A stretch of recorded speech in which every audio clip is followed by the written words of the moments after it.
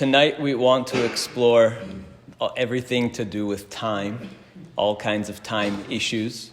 It came up in our discussion of reincarnation, of how the soul is really outside of time. A person that dies, 500 years ago could be reincarnated instantly in a different century. It doesn't have to be perfectly chronologically sequential as we might think. Actually, the soul can transcend time, also space. Right? A soul can be reincarnated. A person dies in one country, their soul could be reincarnated in a totally different place.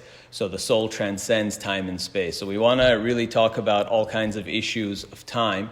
And it's interesting that we have a principle in the Torah, which is, our sages say that the Torah doesn't have time. Ein mukdam u'meuchar b'Torah. That there's no before and after in the Torah. You've heard this before? There's a general principle that the rabbis give, that there's no before or after in the Torah. The Torah is not necessarily in chronological order. So what's an example of that? Where do our sages actually use that phrasing, that there's no before and after in the Torah? Any ideas? What's an example of something in the Torah that's not in chronological order? Okay, true. There is at least one case of that there, yes. One of the classic questions is, how can the sun be made on day 4 if there's already plants on day 3? How can you have plants photosynthesizing on day 3 if there's no sun until day 4? Classic question. And the rabbis say that, the sun was actually made on day 1. That really everything was made on day 1, and then God just fixed it in its place on the subsequent days.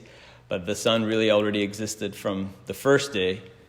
Some see the whole 7-day sequence as entirely metaphorical, and that everything was created really in one utterance. Like the Mishnah says, "Ba'asara ma'amarot nivra ha'olam," God created the cosmos in 10 utterances. But couldn't he have just created it all in one utterance? Yeah, sure he could have. Really, he made everything at once. But there's all these kind of metaphorical ideas, spiritual ideas as to why there had to be 10 utterances over the course of 7 days. So that's definitely one example of how can the sun be there on day 4, only come on day 4 if there's already plants on day 3. So it must be that there's something out of order here. And the Torah is putting it out of order to teach us something a lot more meaningful. So it's not literally in that sequence necessarily. The classic example of no before and after in the Torah is in Sefer Shemot, in Exodus, where you have Parashat Truma and Tetzaveh, which describes the construction of the Mishkan and the priestly garments and all the things that the Kehuna, that the Kohanim needed. But what's the problem with that? In terms of the sequence, it doesn't make sense, because after Parashat Truma and Tetzaveh, which describes the Mishkan and the priests, then you have Parashat Kitisa, which is the golden calf. And our sages say that it's because of the golden calf that we needed priests and a tabernacle and the Mishkan. Before the golden calf, every family had their own priest. The firstborn of every family was considered the priest of the family. And only after the golden calf was there a need to create a class of Kohanim. And that's why we have a Pidyon Ben ceremony, that for every family, when they have a firstborn son, they have to, assuming the conditions are right, they have to redeem the son from priestly service. You've heard of this before? Pidyon Ben. So your firstborn son, you have to almost buy him out from the Kohen. And it's because, the reason we do that is because the firstborn son of every family, not just Levites, everybody, not just Kohanim, any firstborn son of any tribe would technically be that family's priest. And so now that after the golden calf, God set aside only the family of Aaron to be priests, then every firstborn son has to be redeemed, and you do that ceremony of Pidyon Ben. So you see the problem here? The golden calf is the reason why there was a priestly class in Kohanim, and many of the services in the Mishkan were an atonement for the golden calf, including on a mystical level, the red cow procedure, para aduma. A red cow is like a red calf, really, was a golden calf, same idea. So there are all of the things, many of the rituals that were done in the Mishkan were an atonement for the golden calf. So it was only really necessary after the golden calf. So how could it be that before the golden calf even happens, the Torah already speaks of the priests and the Mishkan and the priestly garments and all of those priestly things, procedures. Right here on this, that Rashi says, Ein mukdam u'meuchar b'Torah, ma'aseh ha'egel, kodem letzivui melechet ha'mishkan, yamim rabim haya. That Maaseh ha'egel, the actual golden calf, happened long before everything that had to do with the Mishkan. Sharei beyud zayin betamuz nishtabru haluchot. It was on the 17th of Tammuz that the golden calf thing happened, and Moshe broke the tablets. Uveyom ha'kippurim nitratza HaKadosh Baruch Hu. And it was only much later, a few months later, on Yom Kippur, where God forgave the people. That's the origin of Yom Kippur. How did Yom Kippur become a holiday? It was after the golden calf, and God finally forgave the people for the golden calf. And then only after that, they started the whole Mishkan thing and started building the Mishkan as a rectification for the golden calf, and it was finally raised, established, erected. Later, on the 1st of Nisan, they actually erected the Mishkan and did all of those priestly things. So the whole thing's out of order, and that's where Rashi says, Ein mukdam u'meuchar b'Torah, that there's no before and after in the Torah. What's another example of a time issue in the Torah? Same place, Sefer Shmot. We have another big whopping question mark, a puzzle in time, which makes no sense. How long were the Israelites in Egypt? 210 years. Right, you know that automatically. 210.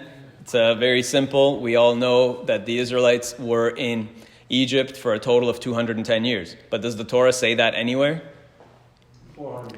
The Torah does not say anywhere that it was 210, unless you include Gematria. There's one Gematria where Yaakov told the sons to go to Egypt, and the verb that he uses is redu, descend to Egypt. So if you like Gematria, the Gematria of redu, reish daled vav, 204 and 6 is 210. So that's a more mystical allusion to the fact that they would spend 210 years in Egypt. But it doesn't explicitly say anywhere in the Torah that it was 210 years. We get 210 by just counting the years of all the people. From Levi to Moshe, if you add up the ages that the Torah provides, you get 210.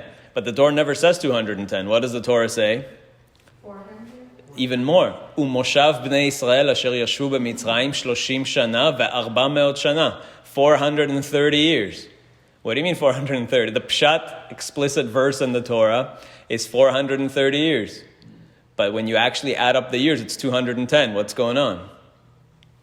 What's the common explanation for this? Rashi's explanation, at least.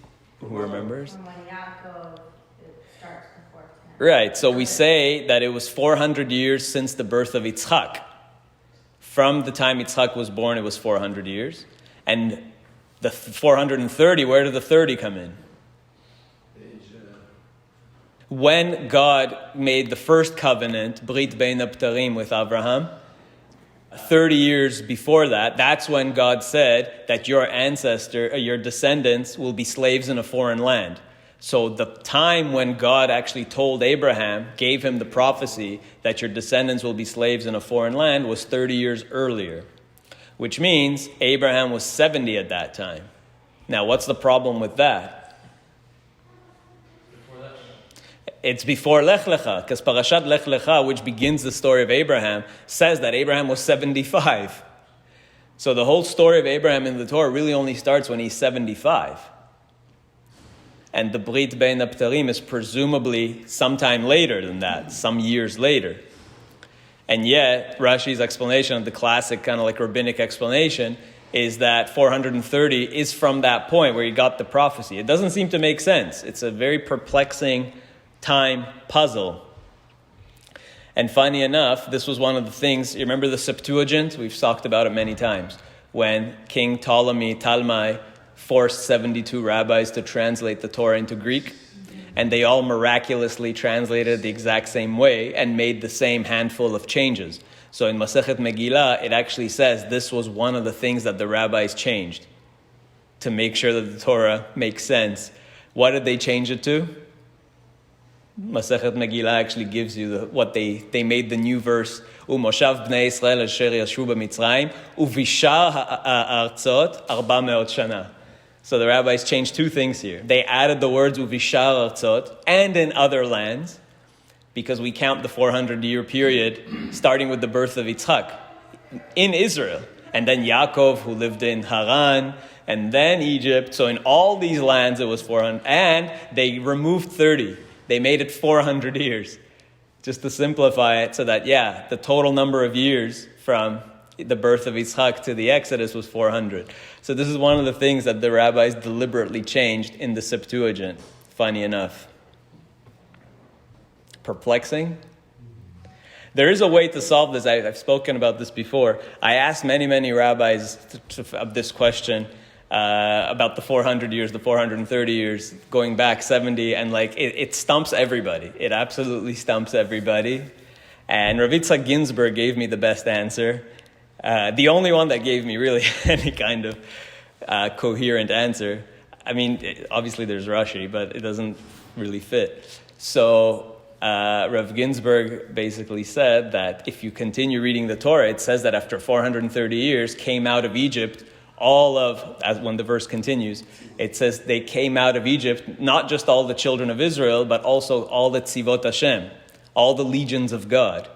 So Rav Ginsburg said that legions of God means also the angels. That means that the Moshav Bnei Israel, including the tzivot Hashem, that the angels of God were in Egypt 430 years, which I thought was actually a pretty logical and good answer. That it wasn't necessarily that Bnei Israel lived in Egypt for 430 years, because they obviously didn't, because Bnei Israel literally means the children of Yaakov, and they did not live in Egypt 430 years. But because the Torah also mentions Tzivot Hashem and the legions of God and the angels of God, it was the angels of God that lived in Egypt for 430 years, meaning 430 years before the Exodus, God already sent his angels to prepare the way, to set the stage for the Israelites to arrive, to start making things happen, for Yosef to come, and all the things that they would have to do, put all the puzzle pieces together and pull all the strings. So I thought that was a good answer. But the point is, it highlights the issue of why does the Torah confuse us with time? Deliberately. Why did Moshe do it this way? Why confuse us? Why tell us it was God, the prophecy that God gave Abraham was 400 years, but then the Torah says 430 years, and then when you actually count the years that the Torah gives, it's 210. Why confuse us like that deliberately? That's the point. Maybe it's done to hide the coming of Mashiach. Who knows? But I think that what the Torah is trying to emphasize in all these cases, in putting the golden calf story in the wrong place, in putting the Exodus in a very confusing, tricky place, and day 4 and day 3 with the sun and the planet, all over and over again. Again, the principle is that there's no before and after in the Torah. Everything's all over the place. Time is kind of irrelevant. I think what the Torah is trying to emphasize is something that Albert Einstein only proved to us in the last century, which is that time is relative, and that time doesn't really matter. Time is a human construct. Time doesn't really, as we know, it doesn't really exist. And Einstein proved that. So Einstein's whole thing of relativity was that time is not some distinct entity. Time is bound into the fabric of space. There's a space-time continuum.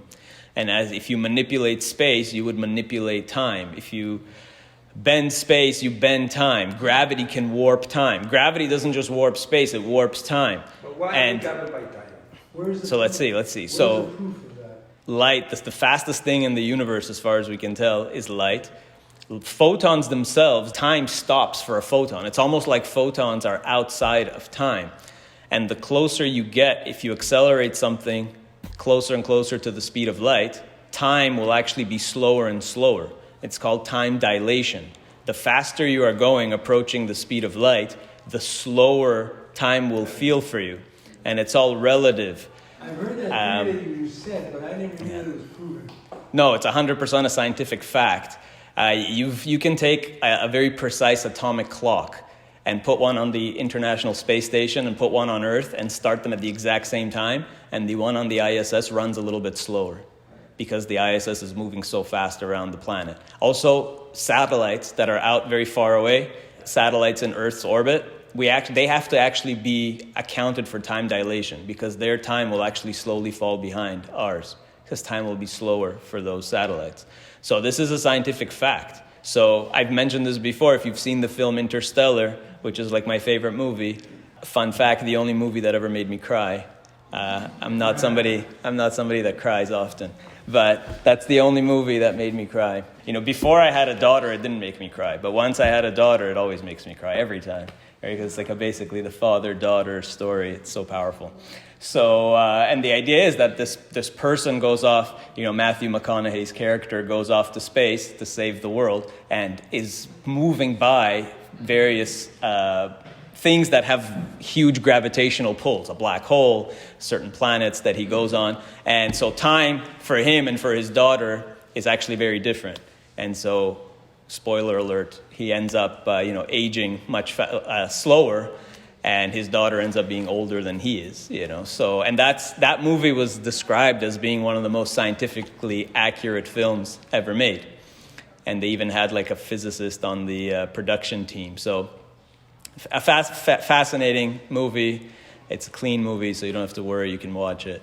And that just highlights the whole idea of time dilation, which is fascinating. So that was all really came out of Albert Einstein's whole idea that, as you're moving closer, approaching the speed of light, time will slow for you. If you are around a large gravitational body like a black hole, it'll warp space, it'll warp time, time will be slower for you. So time is very much relative, and that is a scientific fact. That's not just an idea or a hypothesis or whatever. I've spoken about the time dilation thing before, wrote about it in one of my books, about how you can actually use this idea to solve another issue of time in the Torah, which is how did the early generations live so long? How did Adam live 930 years? It seems impossible. But I think the key to solving that puzzle is that our sages say that Adam was a being of light, that he had kutnot or, garments of light. That's the name of the book. So that's where the name of the book comes from. Our sages say that Adam and Eve had this divine light, and through which they could see from one end of the cosmos to the other end of the cosmos. They could see the entire universe. It's like they could traverse all of space and time also, because we know that Adam saw the entire span of human history. We spoke about this as well. You remember he saw King David, and he saw that David was meant to be stillborn, and he gave him 70 years of his own life. He was supposed to live 1,000 years, Adam, but then Adam only lived 930, and King David lived exactly 70. And we say that Adam gave 70 years of his life to David, because he saw all the span of human history, all the kings and all the great and everything, and he saw the entire cosmos from one end of the world, ad sofo shel olam, from one end of the world of the cosmos to the other end of the cosmos. So what does that really mean? Using light. So 2,000 years ago, to make such a statement was very, mystical, and what does that really mean? But today, it's very scientifically true. If you could accelerate to near light speed and traverse the universe, which is what we're going to need to do. If we're going to explore the whole cosmos and go past the Earth, we'll need to go fast, because, the nearest star to us is 4 light years away. So if you're not going to travel near light speed, you're never going to get there. So if Adam was traveling near light speed, then time would be very slow for him.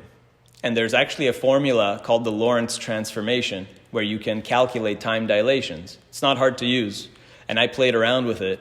And again, it's arbitrary which numbers you plug in. If you plug in the speed of light, you get 0, because, like we said, photons actually don't experience time. At the speed of light, time stops.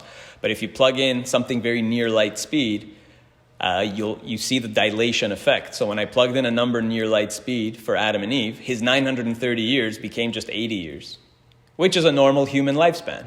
So 80 years traveling at the speed of light across the universe, for him it was 80 years, but on Earth, 930 Earth years elapsed for everybody else. So what's the point of mentioning the 930 instead of just saying this is the guy that 80 years? Because he spanned 930 Earth years. The Torah is giving us earthly years for the chronology. So his life spanned 930 Earth years. But for him, it felt like 80. But when he passed away, it was the year 930 on the Jewish calendar.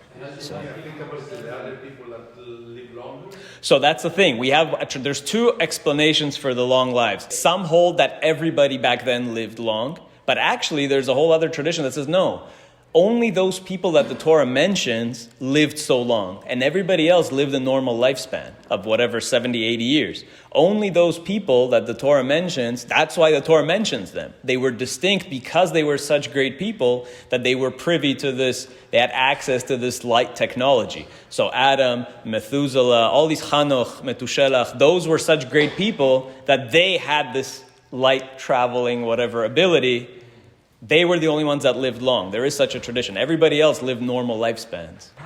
What did he give over to David then? If he gave over 70, and that 70 is going to be worth like. But then what? He's still saying that he spanned 930 years. Yes.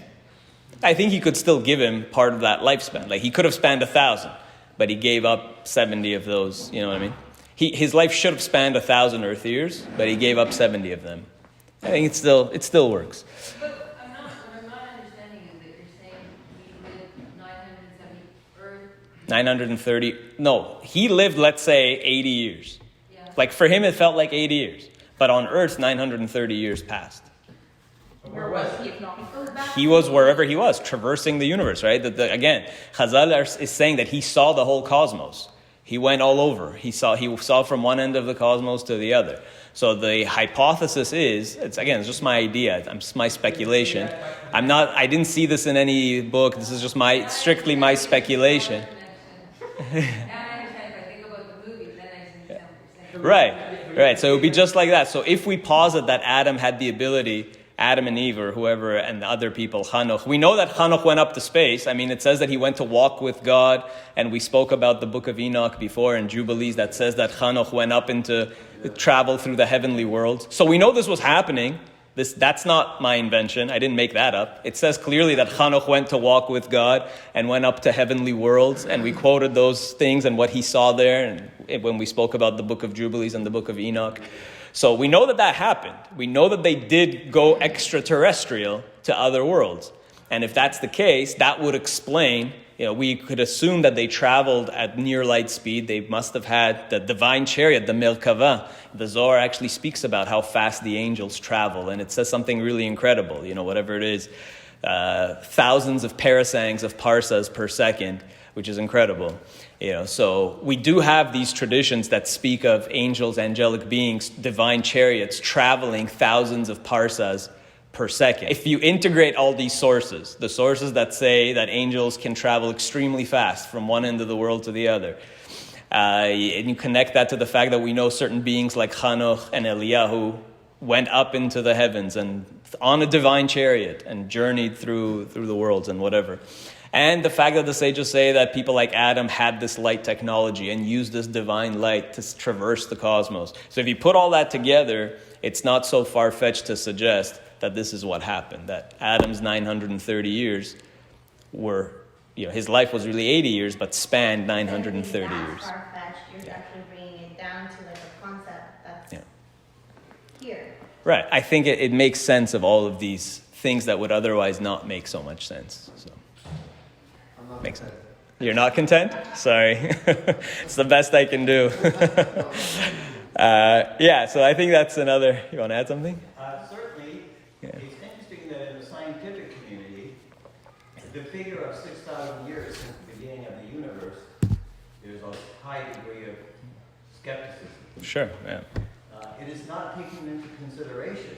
Yeah, I've spoken about that before. Yeah, I spoke about that, the age of the universe, many times.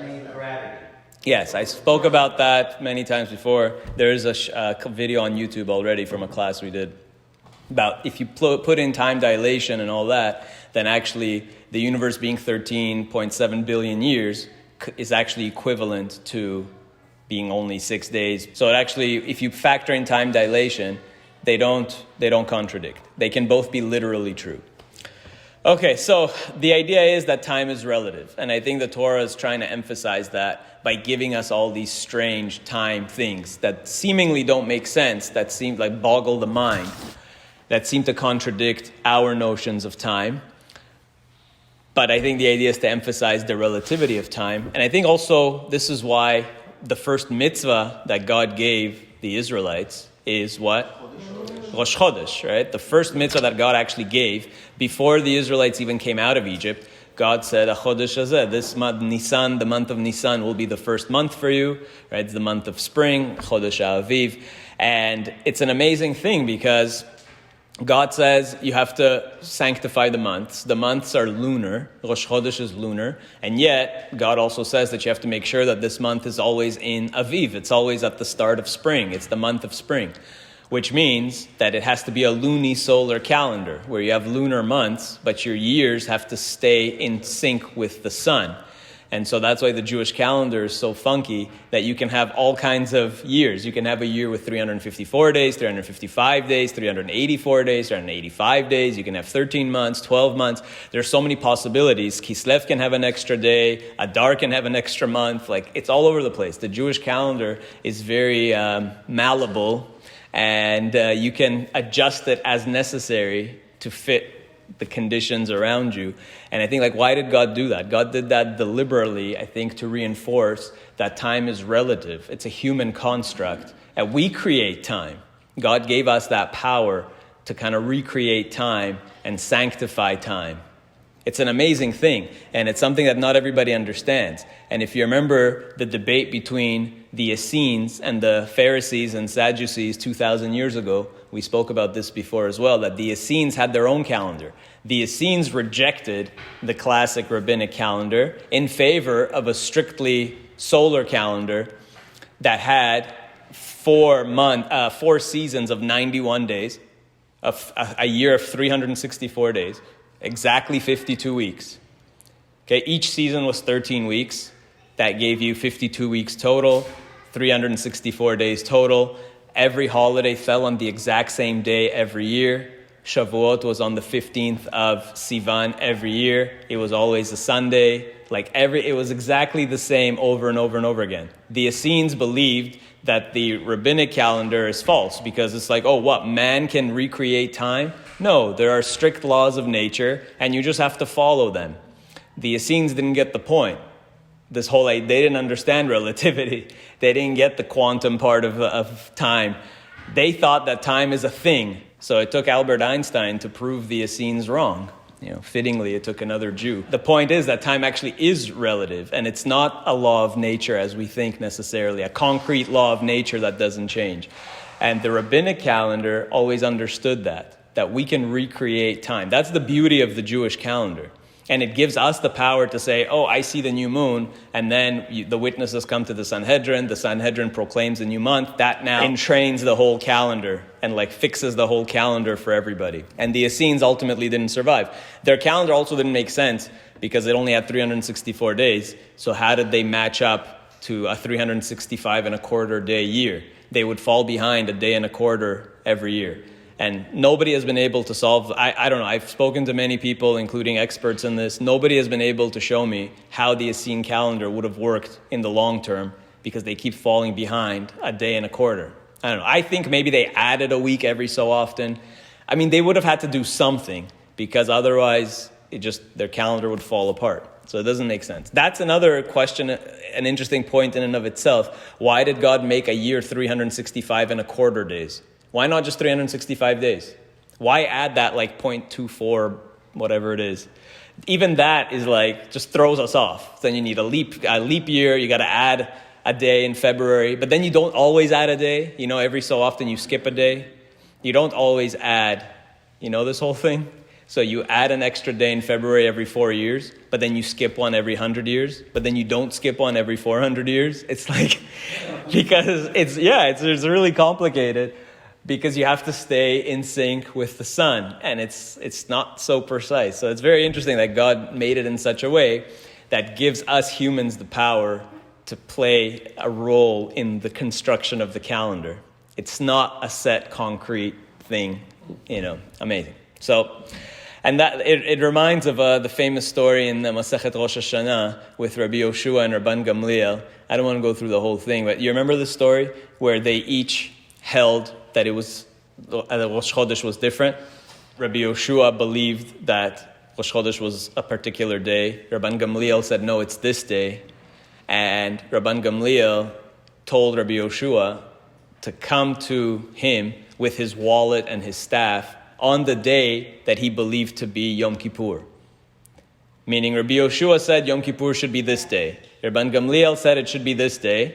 And Rabbi Gamliel was the president.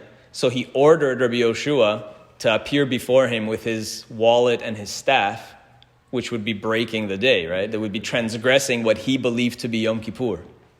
And he did it, and Rabbi Yoshua did it. Rabbi Yoshua deferred to Rabban Gamliel, and came and appeared to him with his wallet and his staff.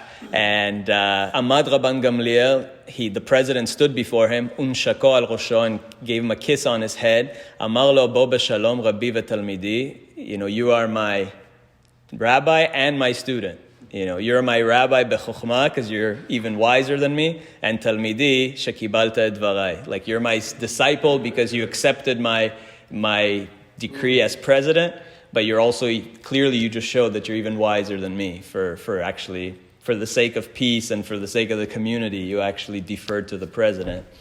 And so it's a very heartwarming story, but it just it illustrates the point that, we have, the president said it's the new month, so then it's the new month. The Sanhedrin declared it, that's it. That's the new reality. Even if Rabbi Yoshua was greater in Chokhmah and was probably right, which is what Rabban Gamliel is saying, and Rabbi Yoshua had the support of others, including Rabbi Dosa. Remember Rabbi Dosa? When we talked about Mashiach ben Yosef, Rabbi Dosa ben Harkinas?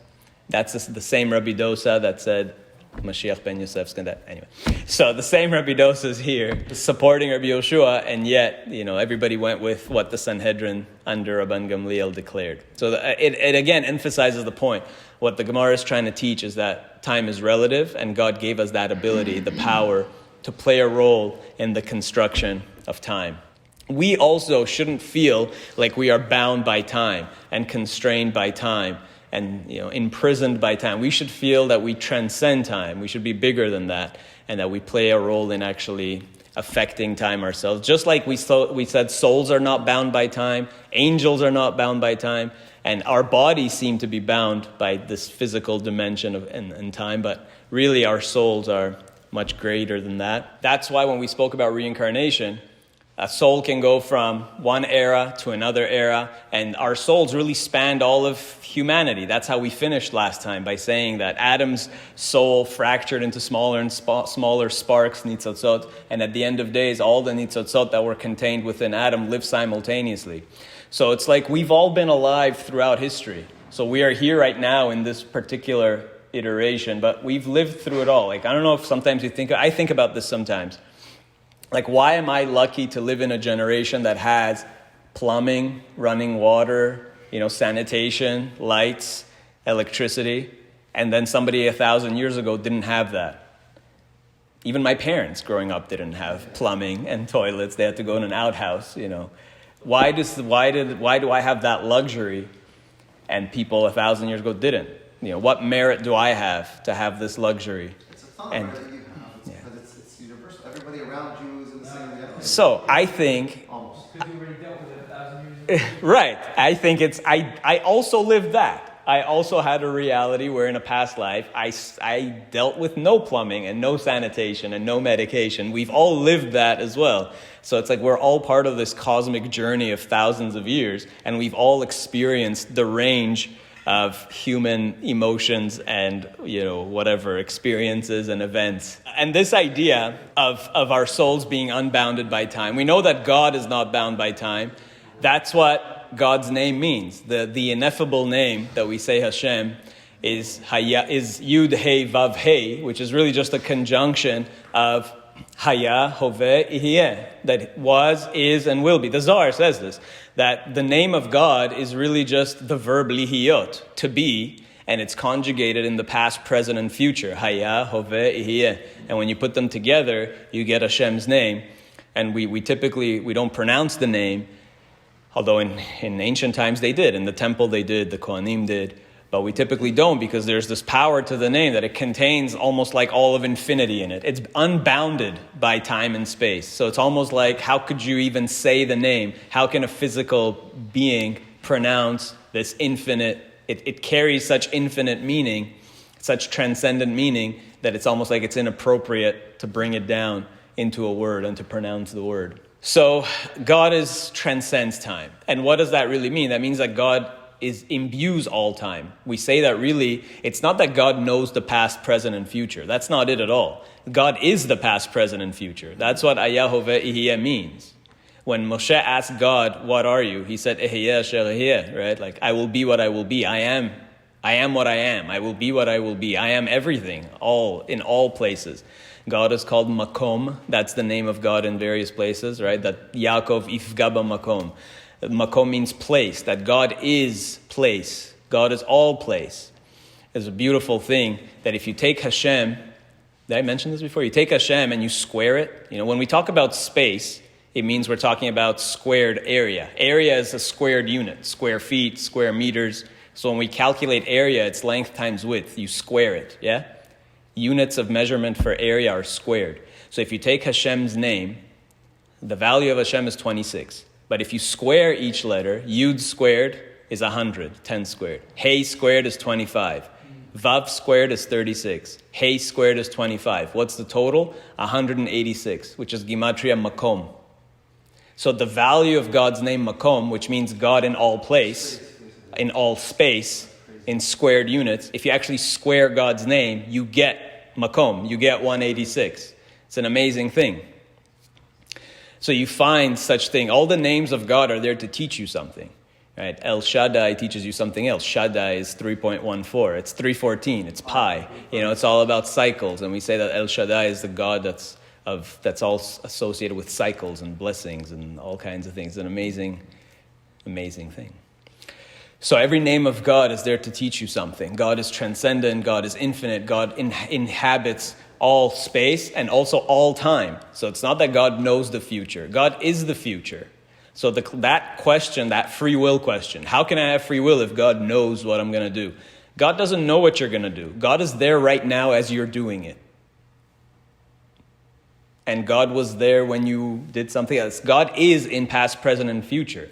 It implies, and again, the Zohar and the mystical texts have been saying this forever, if you understand it right. It implies that all time exists simultaneously. Past, present, and future exist simultaneously. And there is actually a scientific theory for that today called block universe theory that envisions the whole universe as a block. It's called block universe theory. So imagine a block and you have, it's three-dimensional. You have three axes. So you have your space, like two of the axes make up space. And then the third axis is time. And so you have slivers of every chunk, every slice of the universe is a particular moment in time. So the whole cosmos is actually a block. And every moment in time is a particular slice. And according to block universe theory, you could travel through space and through time. If you had the technology to do it, you'd have to make wormholes. Again, like in the film Interstellar. But through wormholes, you could actually travel not just to other places in the universe in space, but even other places in time. That would theoretically be possible.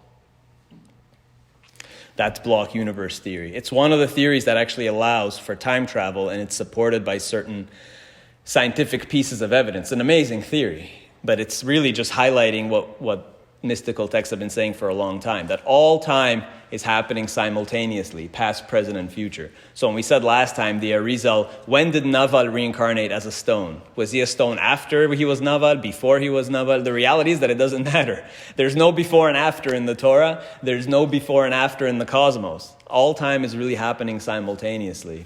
So when it comes to the reincarnation concept, so are you saying that somebody's actions basically determine whether they're going to reincarnate or what they're going to reincarnate into and whatever, right? But you're saying with this theory that somebody could reincarnate into somebody 1,000 years ago. Even that. But I'm just wondering how that works, because that somebody 1,000 years ago, or the actions of you yesterday is what determines what you will, or where you're going, what your journey will be like in the future. That's what it seems like for us, because we're so used to thinking of time linearly as going from point A to point B. But there's no reason why you can't go back. So you could, and I'll come back to that at the end. I want to conclude with that. Because now I want to actually look at, is there time travel in the Torah? Because we have today scientific evidence that time travel is theoretically possible. There's several actually theories and hypotheses for how it might be possible. One such theory, one suggestion is that we'd be able to actually go faster than light. There was some evidence done a couple of decades ago that showed that faster than light is possible. And what happens when you go faster than light? As we approach light, time gets closer and closer to zero. What happens when you go faster than light? It becomes negative. Yeah, so you could, if you go faster than light, there's this suggestion that you might even be able to go back in time. So do we see time travel in the Torah? Going forward in time is usually easier than going backwards in time. But is there time travel in the Torah? And there is. Yeah. Exactly. So amazing thing. And that's why originally I wanted to do this class before Shavuot, but we didn't have a chance. But so let's see. We know that on Shavuot, what happened? On Shavuot, Moshe went up Har Sinai. He went up Mount Sinai. He was there for 40 days. And we know that he came down. He brought the tablets of stone. But what happened while he was there on Har Sinai and he was composing the first parts of the Torah? As Moshe is on Har Sinai all that time, he went up 3 times, 40 days each, and he was writing the first part of the Torah, and God had to, of course, teach him at the beginning the Hebrew alphabet and all that. So what happened? Amar Rav Yehuda Amar Rav, B'shah she'ala Moshe leMarom. When Moshe went up, it actually says leMarom, up to the heavens, really. Because when Moshe went up Har Sinai, our sages say, they describe it like his feet were on Har Sinai, but his head was in the heavens. It's like again, the divine chariot. The psalm that we read on Shavuot, Psalm 68, speaks about 22,000 chariots, that the chariots of God are alfei shinan, that it's translated as there's 22,000 chariots that came down on Mount Sinai at the divine revelation. So Moshe also ascended to the heavens. And what happened when he was there? And Moshe was essentially being taught the Hebrew alphabet, and he saw that the Torah's letters have the little ktarim, the little crowns. Right? Certain letters in the Torah you write with crowns. And Amar lefanav, and Moshe asked God, Ribono shel olam, mi me'akev al yadcha? Like, who is making you do these crowns, slowing your hand that you have to write these little crowns instead of just writing in regular script? Amar lo adam echad yesh she'atid liyot besof kama dorot. God told him, there's going to be a man in the future, ve'Akiva ben Yosef shmo, and his name is Akiva ben Yosef, Rabbi Akiva, she'atid lidrosh al kol kotz vekotz tilin shel halachot. Tilin shel halachot. A day will come when there's going to be somebody named Rabbi Akiva, and from these crowns, he's going to be able to derive many, many mounds and heaps of teachings and Torahs and halachot and laws. So it's like God deliberately put these crowns in, and eventually Rabbi Akiva would, centuries later, reveal the secrets of those crowns. So Moshe asked God, why do we need the crowns? God said, eventually there's going to be a Rabbi Akiva who's going to explain why these crowns are here. God put him in for Rabbi Akiva to reveal one day. So what did Moshe do? He saw. He said, you have this guy, and you're giving the Torah. So he said, that's later, he said, Amar lefanav ribono shel olam, areu li. Show him to me, I want to see him. Moshe said, I want to see Rabbi Akiva. Amar lo chazor le'achorcha. Okay, go back. What does that mean? God told him, go back. God said, go. God sent him to the future and took him into Rabbi Akiva's classroom. And it says Moshe literally walked in and sat in the back row. In the row where, back then, the smartest students sat in the front row, and the newer students and who were still the beginners sat in the back row. And the more you learned, you got promoted closer and closer to the front. So Moshe sat in the back row. He came into the Beit Midrash and sat in the back row. And he didn't know, Velo haya yodea ma hen omrim. He didn't even understand what's going on. Moshe did not understand the Torah class that Rabbi Akiva was giving. And tashash kocho, and he got discouraged. He was like, what is this? I'm supposed to give the Jewish people the Torah. I don't even know what this Torah class is all about. I mean, makes sense, because, Rabbi Akiva, this is already after 1,500 plus years of accumulated wisdom between Moshe to Rabbi Akiva, so we can understand why Moshe still didn't know what's going on. And this is at the beginning of Moshe's journey, right? Moshe hadn't yet received the whole Torah. So Moshe didn't know what's going on in this class. Did Rabbi Akiva know that Moshe was in his class? No, he didn't. Tashash kocho, kevan she'igia ledavar echad, and then Moshe was sitting there like befuddled, not knowing what's going on. He was very discouraged. And then it came to the point where Amru lo talmidav, Rabbi, so the students of Rabbi Akiva asked him, Minayin lecha, like, where did you get this from? They asked Rabbi Akiva, like, you're teaching this, where did you get this from? Amar laen, what did he tell them? Halacha leMoshe miSinai. It's from Moshe. I got this from Moshe at Mount Sinai. So, nityashva da'ato. And then Moshe was put at ease and he was, okay. Then he said, okay, it's still coming from me somehow, right, in the future. So it's an amazing story because how is this possible? Moshe, it doesn't say that God showed him a vision of Rabbi Akiva. It says that Moshe literally walked into Rabbi Akiva's class and sat in the back row. Like he was actually there. You know, he was participating almost. So this is, I believe, this is mamash time travel. That God actually told him, go, right? Aloch, like go into his classroom. This wasn't a vision, this was time travel. And how is this possible? Well, we said that Adam was able to travel across time and space, and he had this light technology. Did Moshe have light technology? God. What happened when Moshe came down from the mountain? Vayehi beredet Moshe mehar Sinai. When Moshe came down from the mountain, ushnei luchot ha'edut beyad Moshe, and he had the tablets in his hands. Berito min ha'ar, Moshe lo yada ki karan or panav. His face glowed. So karan or panav bedabro ito, because he spoke to God, and now his face glowed. Vayar Aaron v'chol bnei Yisrael et Moshe, ve'ina karan or panav. Ve'yirau migeshet elav. They got scared. Ve'yirau migeshet elav, and they were scared to approach him. And remember, he had to wear a mask. Henceforth, Moshe wore a masveh. He wore a mask over his face because he glowed. He became light. He became a transcendent being that can transcend time and space. Again, now everything makes sense. Everything makes sense. He was beyond already. And that could explain how he was able to travel through time and even go visit Rabbi Akiva. And by the way, there's a beautiful little midrash in Dvarim Rabbah where Adam and Moshe are having a little discussion. Adam Arishon Omer leMoshe, Adam told Moshe, Ani gadol mimcha, I'm greater than you. Shenivrati b'tzalmo shel HaKadosh Baruch Hu, because I was made directly in the image of God. I was the first man. And what did Moshe say? Omer lo Moshe, Ani nita'aleti yoter mimcha, but I went even higher than you. Because the light technology that you were given, ata kavod nitan lecha nital mimcha. You lost your divine light. But I still have my light. I never lost the light technology, right? God took away your light, your gift of light. And also remember that Moshe asked to see God's face. And what does that mean? Does God have a face? God doesn't have a face. And God told him, "Lo tuchal lirot et panai." You can't see my face, ki lo yiraeni adam v'chai, because a person can't see me and live. And then God told him, what did God say? See my back. V'asiroti et kapi. I'm going to put my palm, I'm going to cover something. V'ra'ita et achorai. You can see my back. Ufanai lo yirao. You can't see my face, but you can see my back. But did he mean face? Right. It can't. My inner. Good. So it can't literally mean face, because God doesn't have a face. I mean, so what does this mean?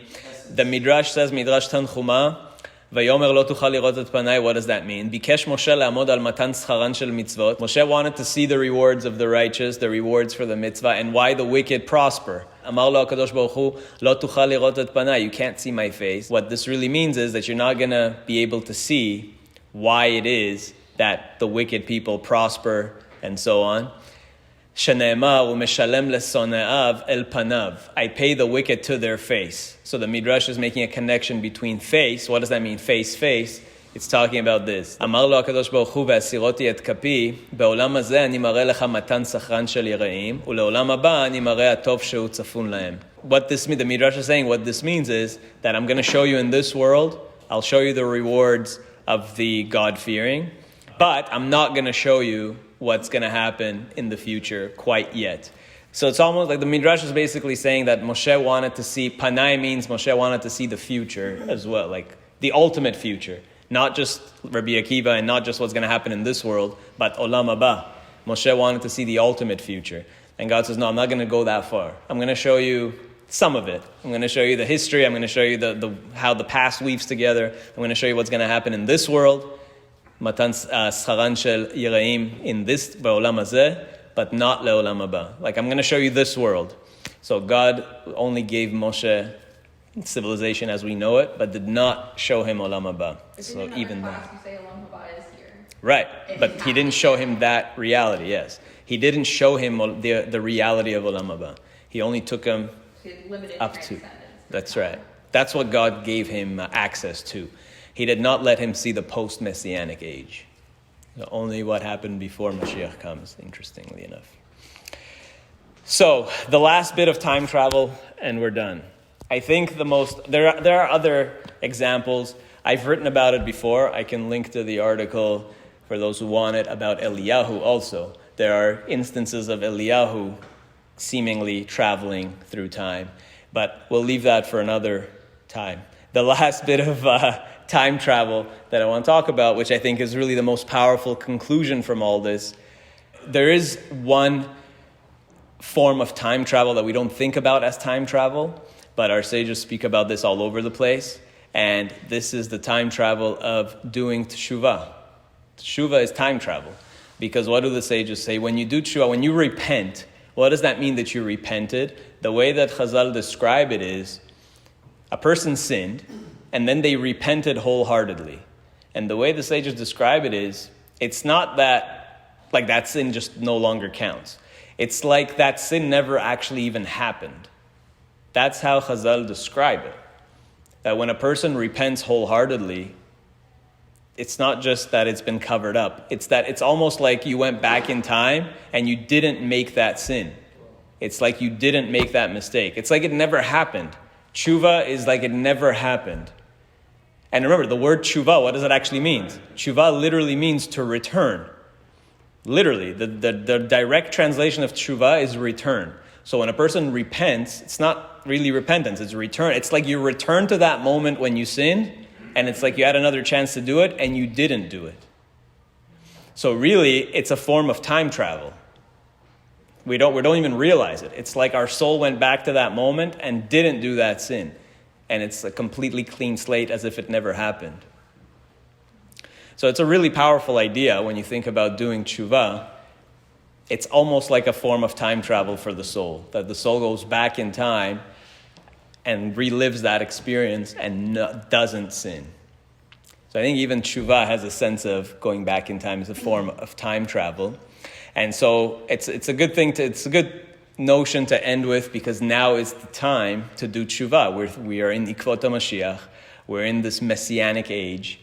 We are expecting great things to happen in the coming months and years. And what's left for us to do now? Now is the time to do more Torah and mitzvot and teshuvah and repent and purify our souls. And that actually means doing this. This is the time to travel back and clean our slate and purify our souls so that we're ready to merit Olam Haba, which even Moshe didn't see.